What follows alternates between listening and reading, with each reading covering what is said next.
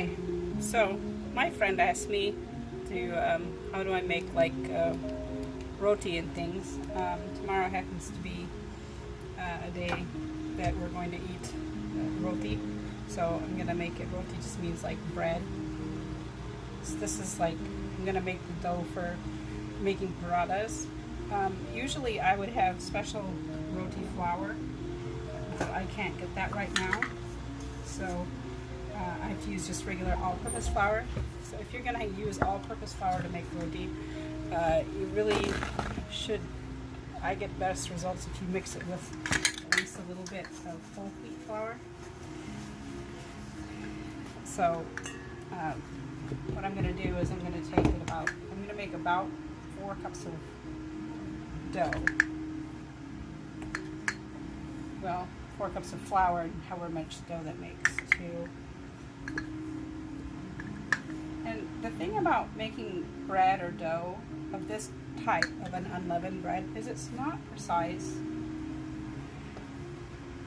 That's about half a cup. Usually I would do like 2 to 1 or 3 to 1, but that's as much flour as I have. So now you do what you can, right?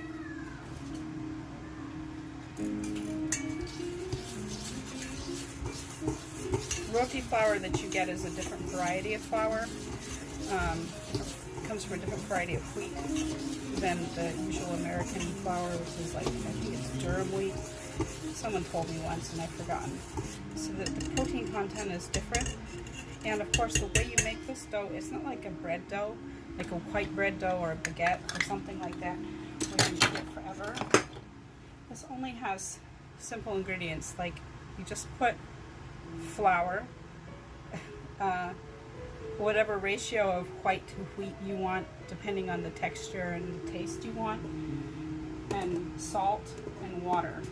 And it's not precise, because the thing about this type of baking is the humidity on the day that you make the dough strongly influences. This is a teaspoon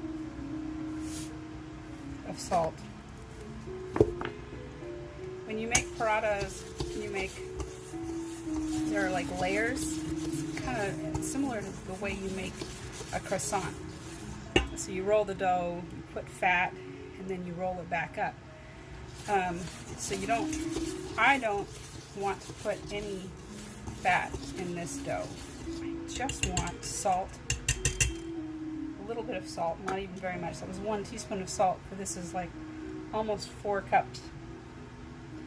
And this is an unspecified amount of water because I don't know how much I need. It depends on the humidity and the temperature the day you're making it. Right? I'm going to add enough water until it starts to form a dough. This cup probably holds 3 cups of water.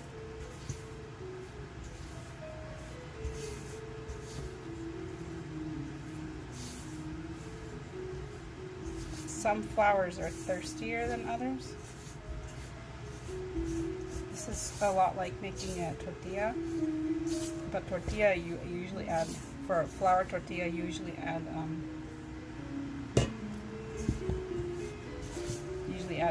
fat to the dough. I'm not adding fat to this.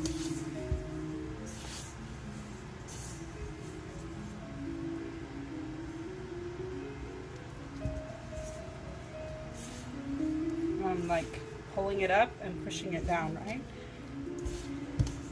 Not quite cohesive yet. See, it's still sticking a lot to my hands. It's almost there.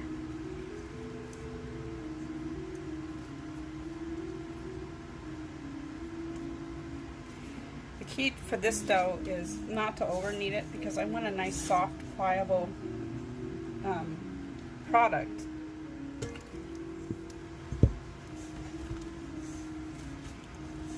So I guess you can say that I'm adding water like a handful at a time. So I'm going to knead this until everything is really incorporated, and then I just let it sit. Because the magic to this is just letting everything rest and let it relax. And I don't even put this on the board. So this is still like too tough. For this, you almost make it too wet. Squishy sound. It's like you'll start to thinking, you'll think, oh my gosh, I added too much water. I made a mistake. If you add it like that, like a little handful at a time, it's hard to add too much water, because if you just work it, you'll see the flour will absorb it. Still like too tough, because it should get silky and not sticking to my hand anymore.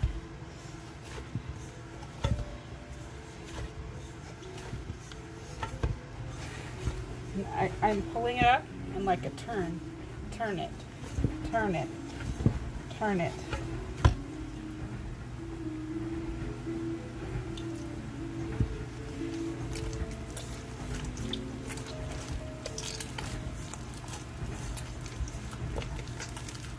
This is getting it.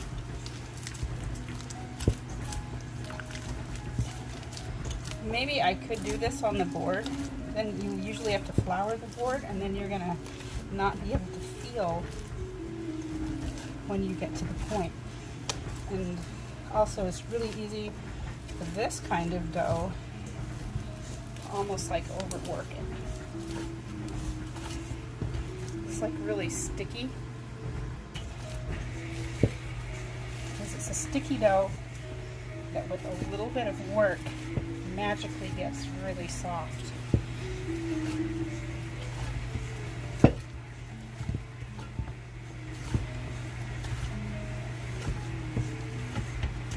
Good workout for your arms. And I'm going to do something really weird. I'm going to just stick my hand in and just wet the surface. I'm not going to take a whole handful. I'm just going to take drops.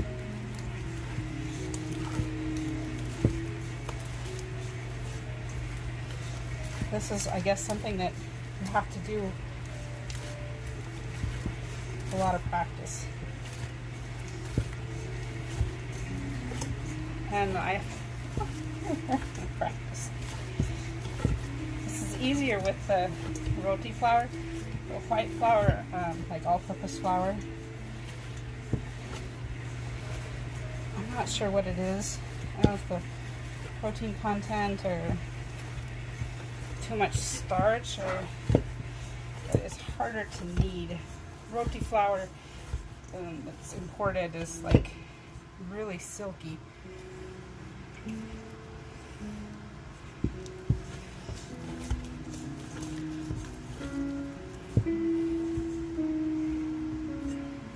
Sorry if my hand's getting away. I didn't know a better way to do this.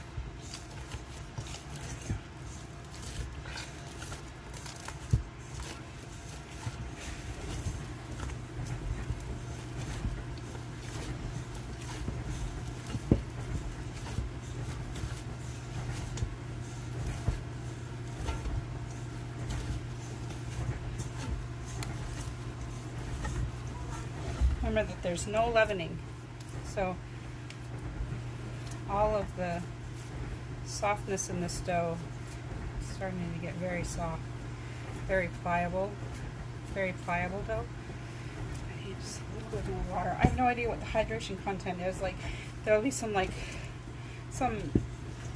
master baker will say, "Oh, what is the hydration content?" I don't know. This is home cooking, man. This is a cook by feel, and the hydration content is going to be different on different days because the humidity, temperature affects how much water the flour absorbs, right? The flour itself that day, like I got a different batch of flour that day from, that was harvested X year. We want to think that baking is an exact science, but it's not, right? If it was an exact science, you could just cook in, walk in, mix everything together, press a button, and it would all come out, right? And what do you need a master chef for then? But it's not. It's art too. And practice, and that's why, like your grandma, right? You love whatever your grandma cooks.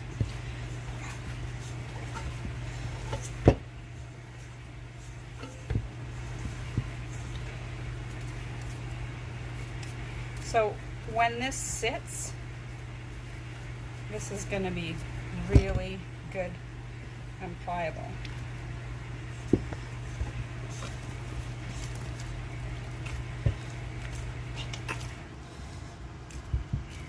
Probably someone's going to say, you've been kneading it for like 10 minutes. What do you mean not overworking it?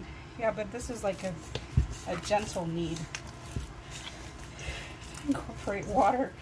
If you watch, like, I saw some videos of people like slapping their dough, and I was like, wow, man, that sounds rough. I don't know, maybe I'm wrong, maybe it is overworking. You could probably do this in a mixer, but you would have to stop it every now and again and touch it. That's right. It just sticks to my hand. It feels soft. People are like, do the window pane test. No, it needs to relax before it'll do that. So that's your dough. So now I'm gonna start making my actual parathas. My dough has now been sitting for a number of hours in the refrigerator. It's good to let it sit in the refrigerator. Actually, it gets more soft that way. So sometimes there's a little crust that forms on the top. You let it sit in the fridge, and that would be eliminated if you put some plastic wrap over it to make it more tight. This is just a silicone pastry mat. If you look, it's like totally smooth now. Like totally smooth dough. It looks very different from when you first put it in. It just needed to rest, and the more it rests, the longer it rests, the better. So I'll put that aside, and I just need to decide like how many of these I want to make. It's like working with Play-Doh. Maybe like, I don't know, a couple of handfuls. Probably about this size. It's kind of cold though, so it feels a bit stiff. And you could cut this instead of ripping it, probably. But this is just the way I do it. There's probably a better way. Like you should probably use like a piece of string or something. I'll make 3.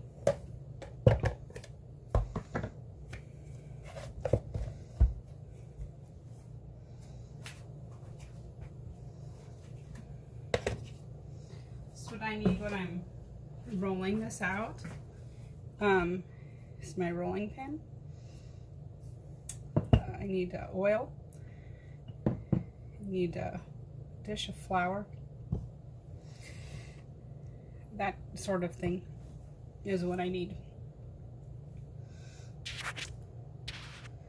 So hopefully we can get started. So there's my balls. I'm gonna put it in the flour, and I'm actually going to flour them both at once. Okay, put that one aside. I'm going to rub the flour. It's just a silicone pastry mat.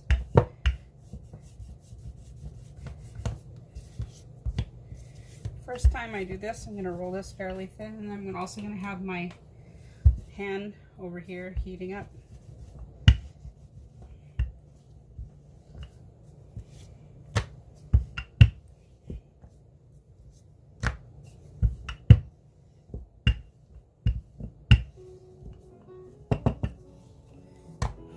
Music started to play.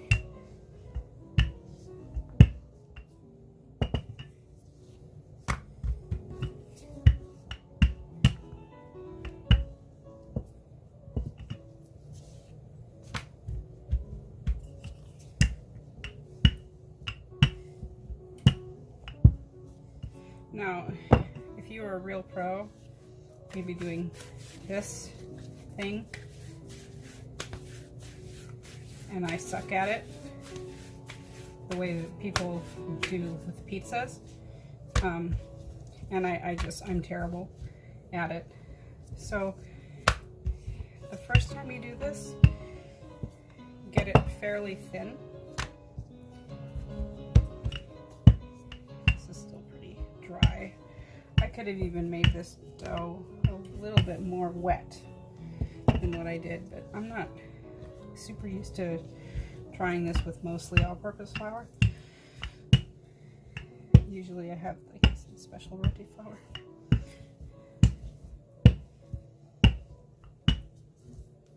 So this is pretty thin. It's like a thick tortilla. And now I'm gonna drizzle this with oil. I'm going to rub the oil in. I'm gonna rub it in until it almost feels dry. And then I know that the oil has really gone into this like all the way.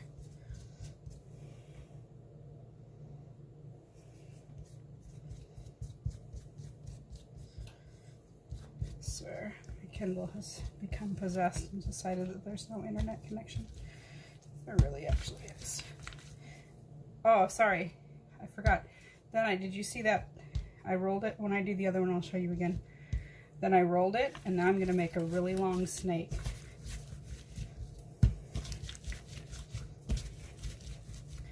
This is how I get my layers.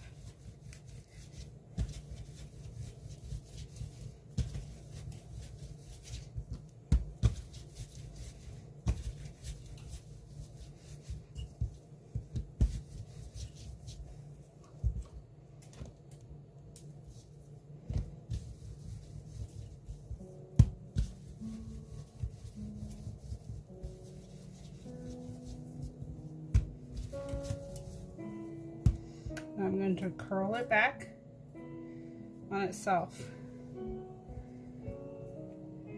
right? Stick this under. I've got like Princess Leia ear buns. Right, let's go on to this one. Sometimes it helps to actually lightly oil the surface.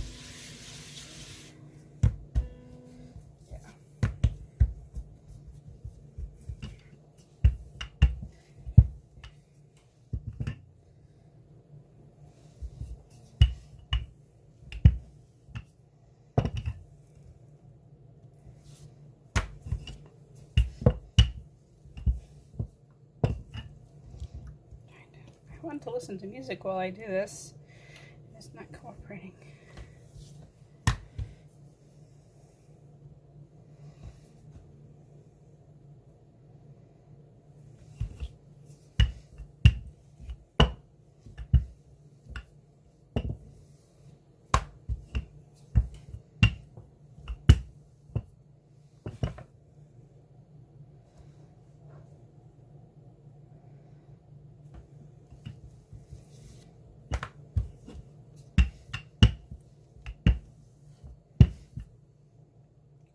Rice from earlier. See how nice. The first one was a little colder. Maybe I should have let it come to room temperature first. This one's getting like really big.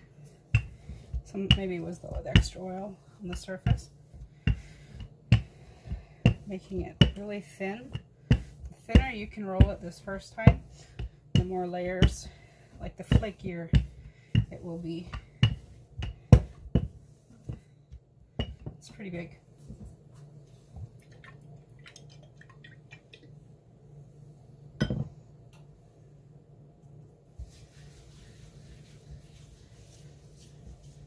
Rub the oil in.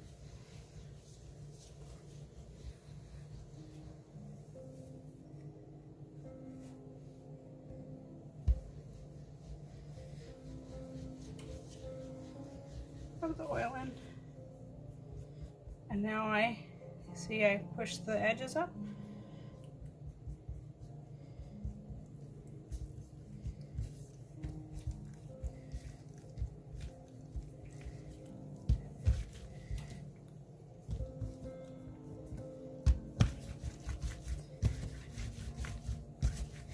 make a snake.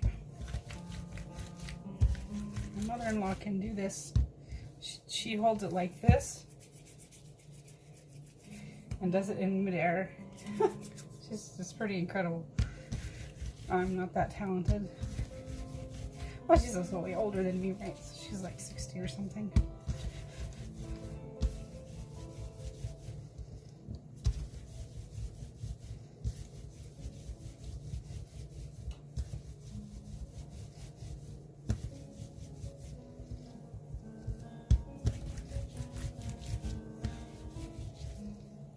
Thin snake. Try not to break it.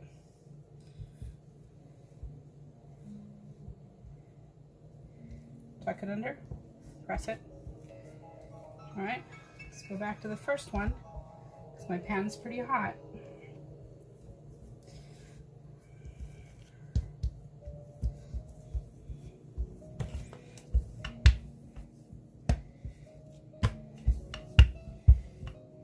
And it's sometimes you need to oil it to get it to not stick. Sometimes you need to put flour down.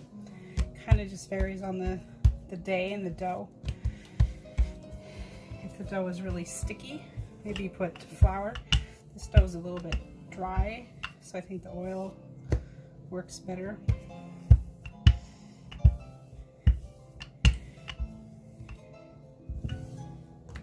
Kind of flip it and rotate. I can never get these perfectly round.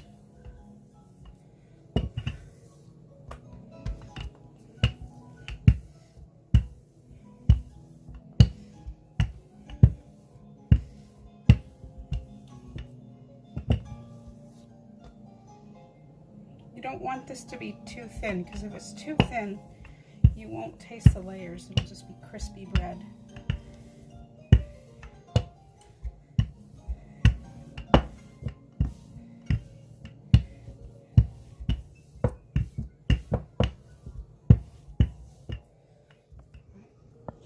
My pan, and you can use, I think it doesn't matter. I had like the most ancient pan before this one. This one is kind of okay.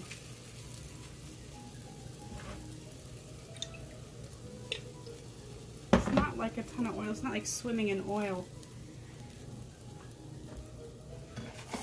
Cook it fairly quickly the first time. You know, like when you do a tortilla, you kind of flip it once and flip it twice, and that's it. At least the way I was taught how to make tortillas. But this, you kind of flip it more often. The way I was taught to make these, you flip it more often. Of course, you're a little bit more controlled if you have a gas stove, which unfortunately I do not. But you can see it, if you can see it starting to puff. And I don't have any leavening, there was no baking soda or anything. It's just the quick heat of the cooking, the way that the oxygen was incorporated, the moisture evaporating from the dough as it cooks, puffs it naturally. Right? And that's also why you don't make it too thin, or it just, you don't have any of those nice pockets. I mean, I think there's a real desire to make this really, really thin when you roll it out before you put it on, but if you do that, you'll lose the flakiness and the tenderness of it. So you see, it's not really hard to do it, but it does take some practice making the dough, the feel of the dough, because it's, at least for me, not exact. And then you have to let it rest. I think the key part to these is letting it rest. Right? Have to let the dough rest and relax, and the more you can let it relax, not like 20 minutes, like an hour or two or a day ahead in the refrigerator, that's like really perfect. It's nice and puffy. There's like, you can see the layers from, you know, I made that circular. This is like perfect. It's not really heavy. It's a little heavy, but it's not like super oily. It's not like as buttery like a croissant quite, but it gives that same kind of feeling. So we've got, you see these layers already? It's a little bit crispy, but it's not too crispy. So that's how I make parathas.